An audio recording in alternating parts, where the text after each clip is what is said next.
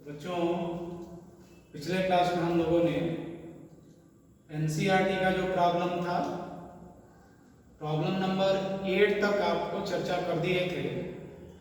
आज हम problem number 9 की चर्चा करते हैं। एनसीईआरटी का जो बुक है वो बुक आप सभी के पास होना चाहिए और उसके सारे प्रॉब्लम आपको बनाने चाहिए। मैं एक एक प्रॉब्लम करके बोर्ड पे बता रहा हूँ। तो क्वेश्चन नंबर 9 को आइए देखते हैं। क्या है क्वेश्चन नंबर 9? क्वेश्चन नंबर 9 में कहता है a system has two charges QA बराबर 2.5 10 to the power minus 7 coulomb and QB बराबर -2.5 10 to the power minus 7 coulomb are located at point A 0,0 -15 cm and B 0,0 plus 15 cm respectively. What are the total charge and electric dipole moment of system? अब देखिए इसका solution solve आप ऐसे कर सकते हैं। दो चार्ज में एक चार्ज QA है, दूसरा चार्ज QB है। QA चार्ज का जहां रखा हुआ है उसका x coordinate 0, y coordinate 0, z coordinate -15 cm। जहां पर दूसरा चार्ज रखा हुआ है उसका कोऑर्डिनेट 0, 0 प्लस 15 cm। तो QA z एक्सिस पर है, QB भी z एक्सिस पर है। हम इसको ऐसे बना सकते हैं, इधर आप x रखिए, इधर y रखिए, इधर z रखिए। जनरली ये x, ये y और ये z होता है। आप चाहें तो इसको x, इसको y और ये z हो सकता है। राइट हैंडेड कोऑर्डिनेट सिस्टम को आप रोटेट कर सकते हैं। रोटेट करने से राइट हैंडेड कोऑर्डिनेट सिस्टम बदलता नहीं। तो इसमें पॉइंट ए कहां पर होगा? पॉइंट ए को आप देखिए, पॉइंट ए जो है 0, 0 -15, ऑरिजिन के नीचे z एक्सिस 0, 0 -15 cm, ये पॉइंट ए। और पॉइंट बी इधर है 0, 0 प्लस 15 cm। तो यहां पर ए पर चार्ज कितना है?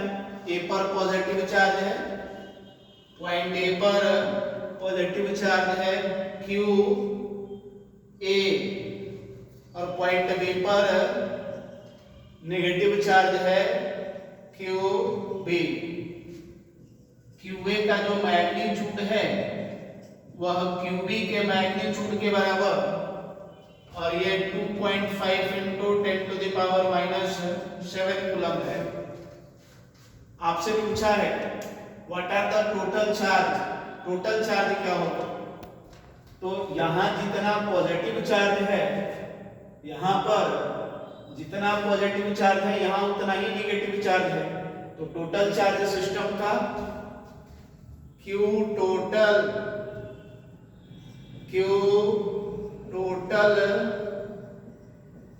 charge of system, this is equal to QA plus QB, this is equal to 0। System का टोटल चार्ज 0 है। उसके बाद क्या पूछा है? कहता है electric dipole moment of system. तो डाइपोल बनाने के लिए क्या चाहिए? डाइपोल बनाने के लिए दो इक्वल और अपोजिट चार्ज स्मॉल सेपरेशन पे होना चाहिए। तो यहाँ और यहाँ चार्ज बराबर है। यहाँ पर पॉजिटिव चार्ज है, यहाँ पॉजिटिव चार्ज है, यहाँ नेगेटिव चार्ज है। तो डाइपोल मोमेंट P क्या हो जाएगा? P हमारा डाइपोल मोमेंट बराबर Q into delta x। Q का वैल्यू कितना? 2.5 10 to the power -7 into delta x का वैल्यू, दोनों चार्ज के बीच का सेपरेशन कितना है, तो -15 और +15 के बीच का दूरी 30 सेंटीमीटर, तो 30 गुणे 10⁻²मीटर, सेंटीमीटर को मीटर में बदल दिया तो कितना हो जाएगा, 2.53 7.5 इंटू 10⁻⁻9 और एक जीरो यहाँ से एक पावर कटेगा तो -9 + 1, तो ये हमारा 7.5 इंटू 10⁻⁻8 कूलम्ब मीटर, ये डाइपोल मोमेंट। और डाइपोल मोमेंट का डायरेक्शन किधर होता है, डाइपोल मोमेंट का डायरेक्शन हमेशा किधर होगा, निगेटिव चार्ज से पॉजिटिव चार्ज की तरफ होता है, तो निगेटिव चार्ज यहाँ है, पॉजिटिव चार्ज यहाँ है, तो डाइपोल मोमेंट का डायरेक्शन z एक्सिस के निगेटिव डायरेक्शन में, इधर डायरेक्शन होगा p का, तो डायरेक्शन ऑफ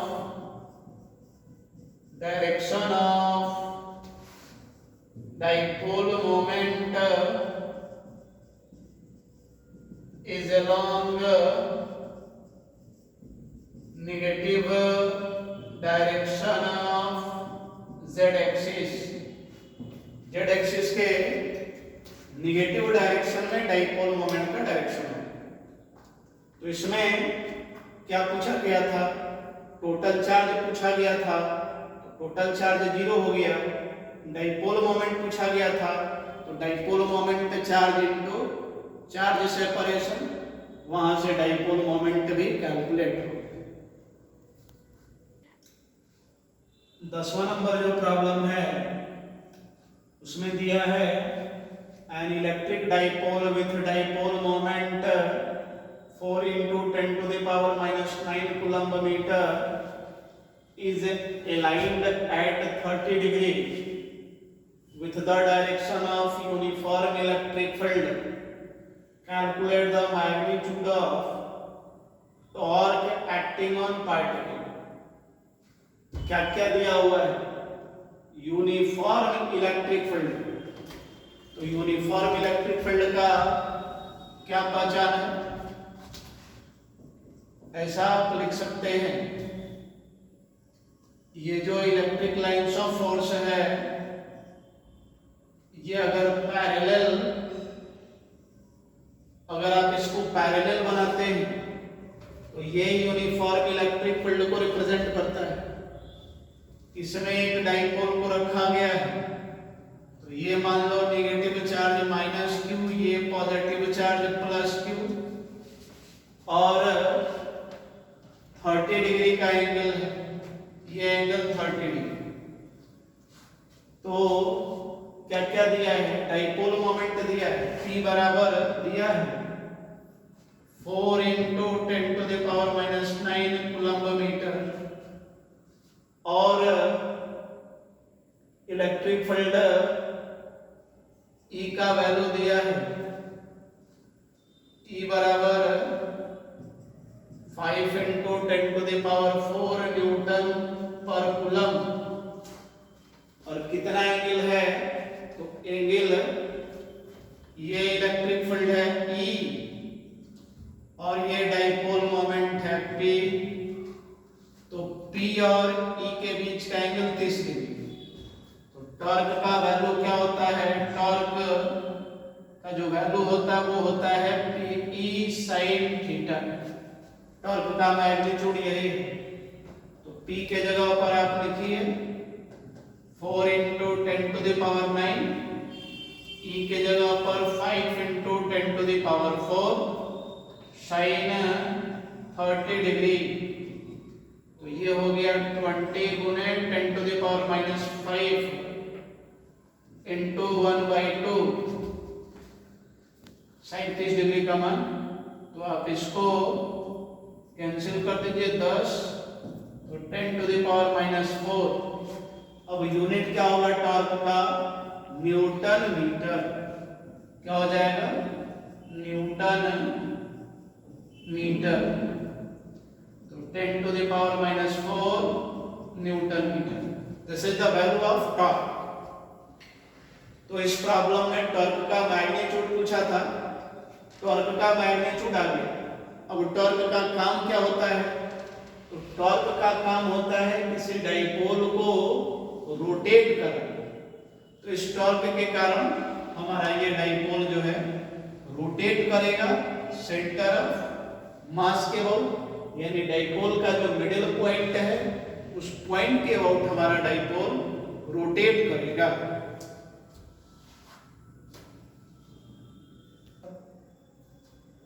इलेवन में आप देखिए क्या है, कहता है कि ये polythene piece rubbed with wool is found to have negative charge। इतना पॉलीथीन पीस को रब्ड किया है किसके साथ? वूल के साथ। तो पॉलीथीन पीस पर इतना नेगेटिव चार्ज आ गया है, तो क्या मतलब हुआ? पॉलीथीन पीस पर अगर नेगेटिव चार्ज आया है, इसका मतलब है कि वूल के साथ पॉलीथीन पीस को रब्ड किया तो इलेक्ट्रॉन ट्रांसफर हुआ किधर से किधर? वूल से पॉलीथीन पर। इसीलिए पॉलीथीन पर क्या आया? नेगेटिव चार्ज आया, और वूल पर क्या आया होगा? पॉजिटिव चार्ज आया होगा। तो चार्ज दिया है, क्वेश्चन के पार्ट ए में पूछ रहा है estimate the number of electron transfer. कितना इलेक्ट्रॉन ट्रांसफर हुआ? फ्रॉम विच टू विच, और किससे किस पर ट्रांसफर होगा? तो ये क्लियर है कि इलेक्ट्रॉन ट्रांसफर किस पर होगा? इलेक्ट्रॉन ट्रांसफर पॉलीथीन के ऊपर हुआ है। क्यों? क्योंकि पॉलीथीन हमारा नेगेटिवली चार्ज है। तो क्या लिख सकते हैं हम यहां लिखेंगे इलेक्ट्रॉन ट्रांसफर फ्रॉम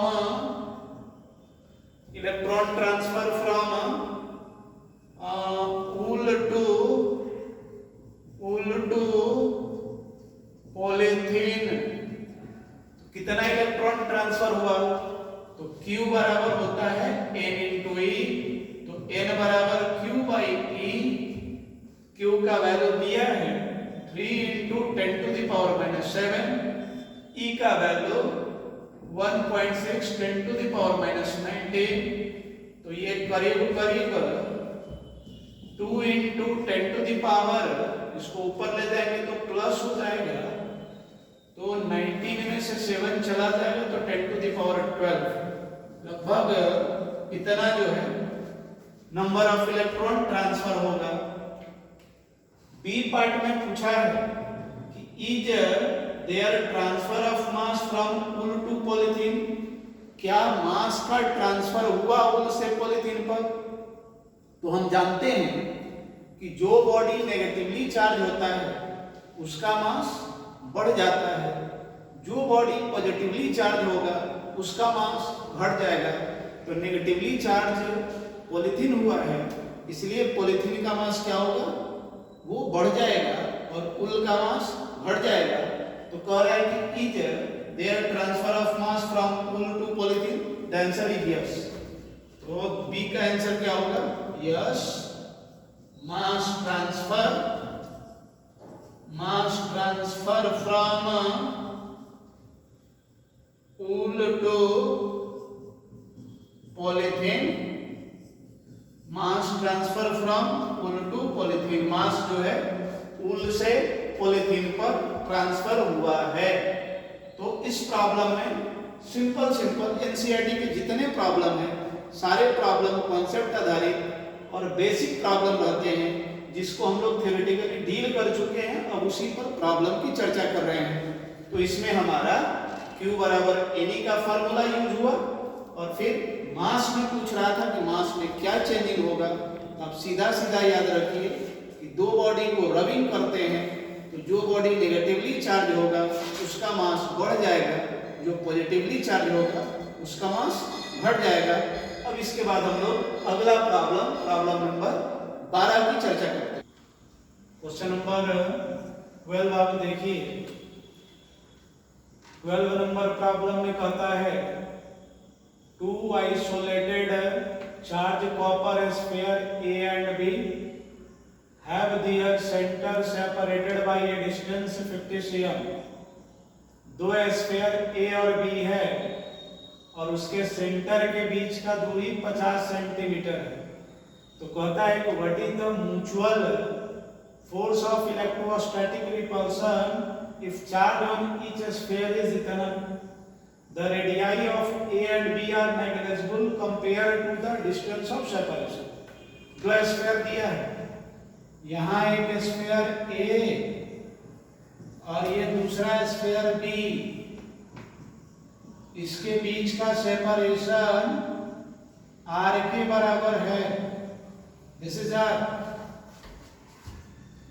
और चार्ज कितना है, तो यहाँ चार्ज Q, यहाँ भी चार्ज Q, और Q का वैल्यू दिया है 6.5 10 to the power -7 coulomb.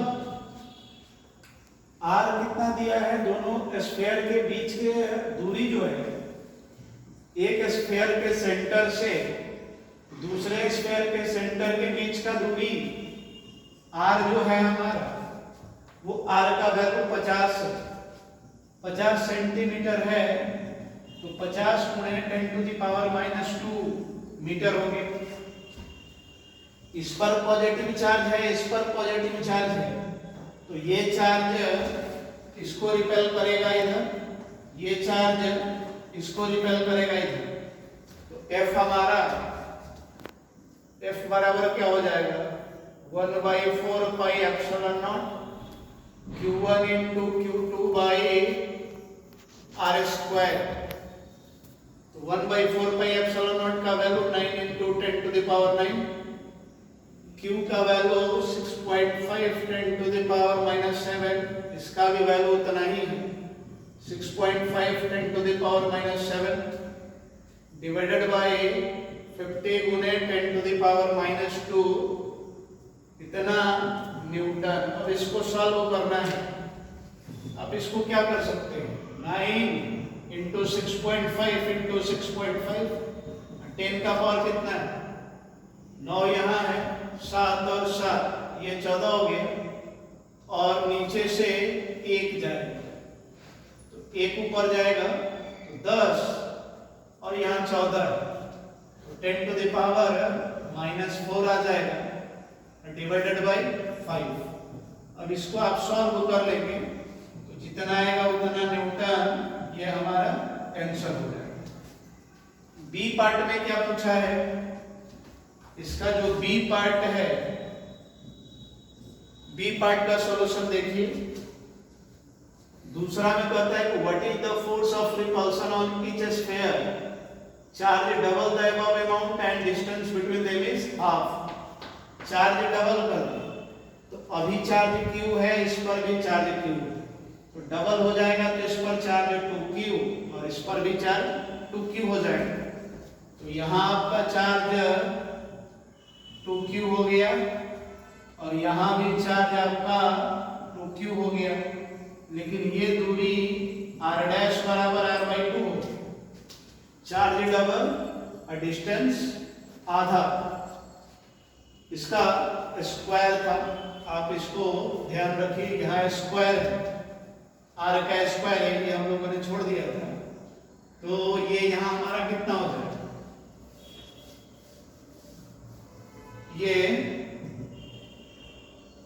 9 into 6.5 into 6.5 divided by 25 हो गया, और 10 का पावर -1, तो 10 का पावर -2 हो जाएगा, ऊपर जाएगा तो 11 हो जाएगा, तो यहाँ 10 to the power -3, इतना न्यूटन है।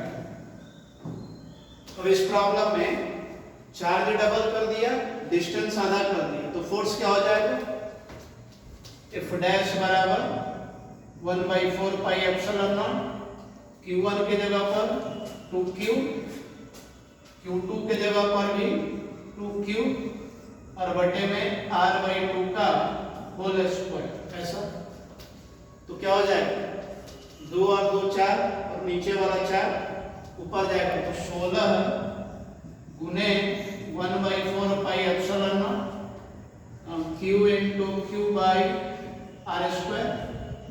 इसका वैल्यू पहले से निकला हुआ है, पहले से इतना निकला हुआ है, इसको खाली उठा के यहाँ रख दीजिए। This is 16 into 9 into 6.5 into 6.5 by 25 into 10 to the power -3 Newton.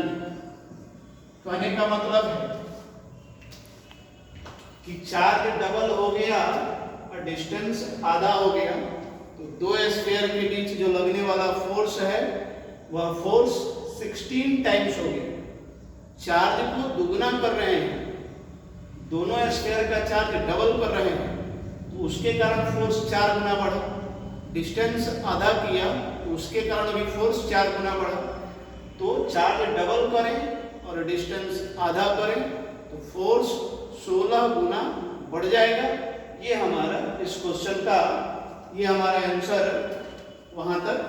ये क्वेश्चन नंबर 12 कंप्लीट।